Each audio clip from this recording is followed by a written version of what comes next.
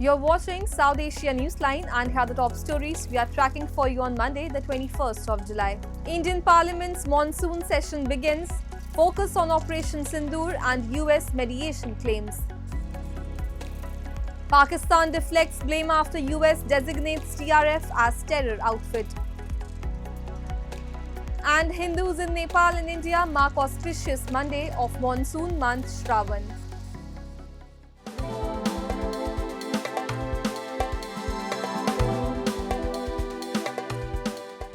And now for all the details. The monsoon session of the Indian Parliament began on Monday with Prime Minister Modi saying the session will celebrate victory of soldiers in the Operation Sindoor as he urged support of the lawmakers for a productive session. But the first day witnessed continued disruptions due to sloganeering by the opposition over several issues. We have a report. The monsoon session of the Indian Parliament kicked off on Monday with various issues to be discussed during the month-long session, including Pahalgam attack, Operation Sindoor, US mediation claims, Air India crash, and the Bihar election roll revision. Prime Minister Narendra Modi ahead of the session highlighted the achievements of the Operation Sindoor and said that the whole world is attracted towards the new Made in India form of Indian military power. Operation Sindoor में भारत की सेना ने जो लक्ष्य निर्धारित किया था 100% achieve किया। आतंकियों के आकाओं के घर में जाकर के 22 मिनट के भीतर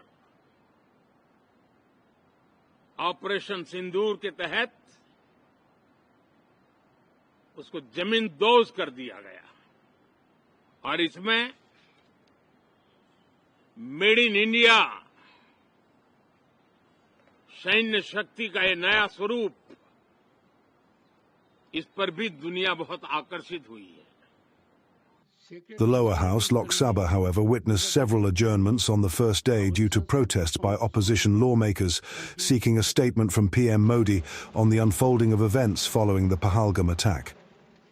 Amid the ruckus, BJP MP Baijayant Panda tabled the report of the Select Committee in the Lok Sabha on the Income Tax Bill 2025, containing 285 suggestions seeking to change the present 6-decade-old legislation. Meanwhile, in the Rajya Sabha, the Union Parliamentary Affairs Minister Kiran Rijiju said that the government is ready for discussion, but the opposition is protesting, hampering the talks. The monsoon session of the Parliament, which began on Monday, will continue till the 21st of August with a break from August 12th to 18th. There will be a total of 21 sittings across 32 days.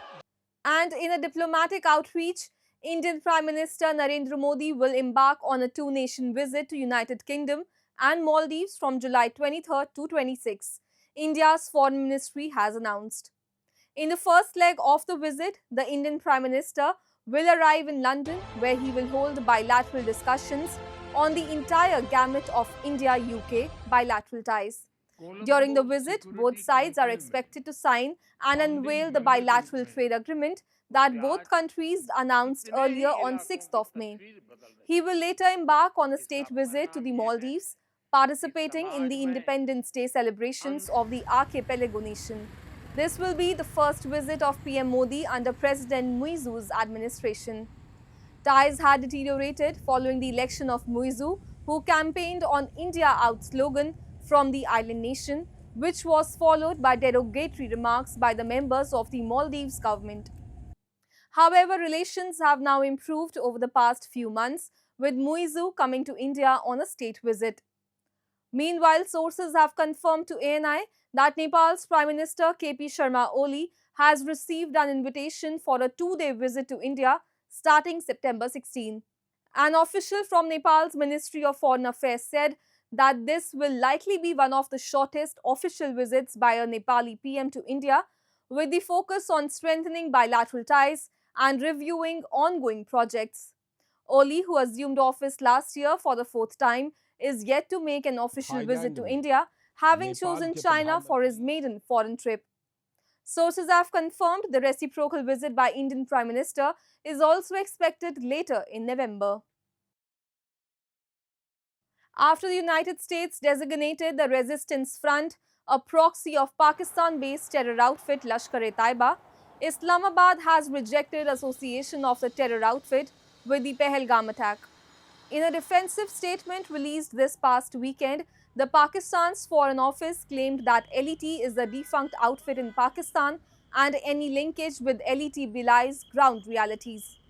While calling itself a frontline state in the global fight against terrorism, Islamabad sought to distance itself from the Pahalgam terror attack, instead turning the focus towards what it called India's track record of exploiting such designations to push anti-Pakistan narratives.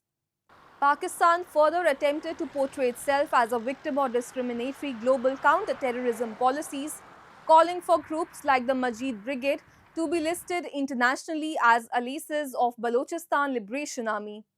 Notably, following the terror attack and reflection of TRF in the incident, Pakistan Foreign Minister Ishaq Dar had defended the terror outfit, saying Islamabad doesn't consider the outfit as illegal. He also highlighted Islamabad's intervention to block the mention of TRF in the UNSC's condemnation of the Pahalgam terror attack on 22nd of April that killed 26 civilians. India has long accused Pakistan of aiding terrorists for conducting terror attacks in its territory. Following the TRF taking responsibility of the Pahalgam attack, India has launched precise strikes at the hideouts of LET and JEM across Pakistan and Pakistan-occupied Kashmir. And US President Donald Trump, in a post on the social media platform Truth Social, said that he would help Afghans who are in detention in the UAE for years after they flew Afghanistan due to the extended control of the Taliban over the nation. The Trump administration in April terminated temporary deportation protections for thousands of Afghans in the US after he promised a far-reaching immigration crackdown during elections and suspended refugee resettlement after he took office in January this year. Reports suggest that Trump had cited a news website which said that UAE officials were preparing to hand over some Afghan refugees to the Taliban. "I will try to save them starting right now," Trump said in the post, which was linked to an article on the Afghans held in limbo in the UAE. In 2021, when the chaos hit, Afghanistan came under the control of the Taliban.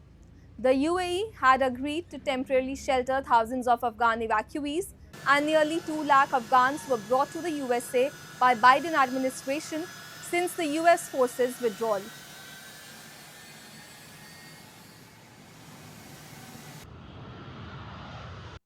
Moving on, Sri Lanka is considering oil imports from the United States as part of broader trade negotiations aimed at narrowing its trade surplus with Washington, local media reports have suggested. Dr. Ranil Jayantha Fernando, Minister of Labour and Deputy Minister of Economic Development, told the Daily Mirror that while Sri Lanka currently does not import oil from the US, it may do so if pricing aligns with the current cost. He noted that Sri Lanka's monthly oil bill ranges between $300 to $400 million. However, he pointed out a challenge in executing direct government-to-government deals due to the absence of a US state entity engaged in oil trading. Sri Lanka's fuel imports totaled $4.3 billion in 2023.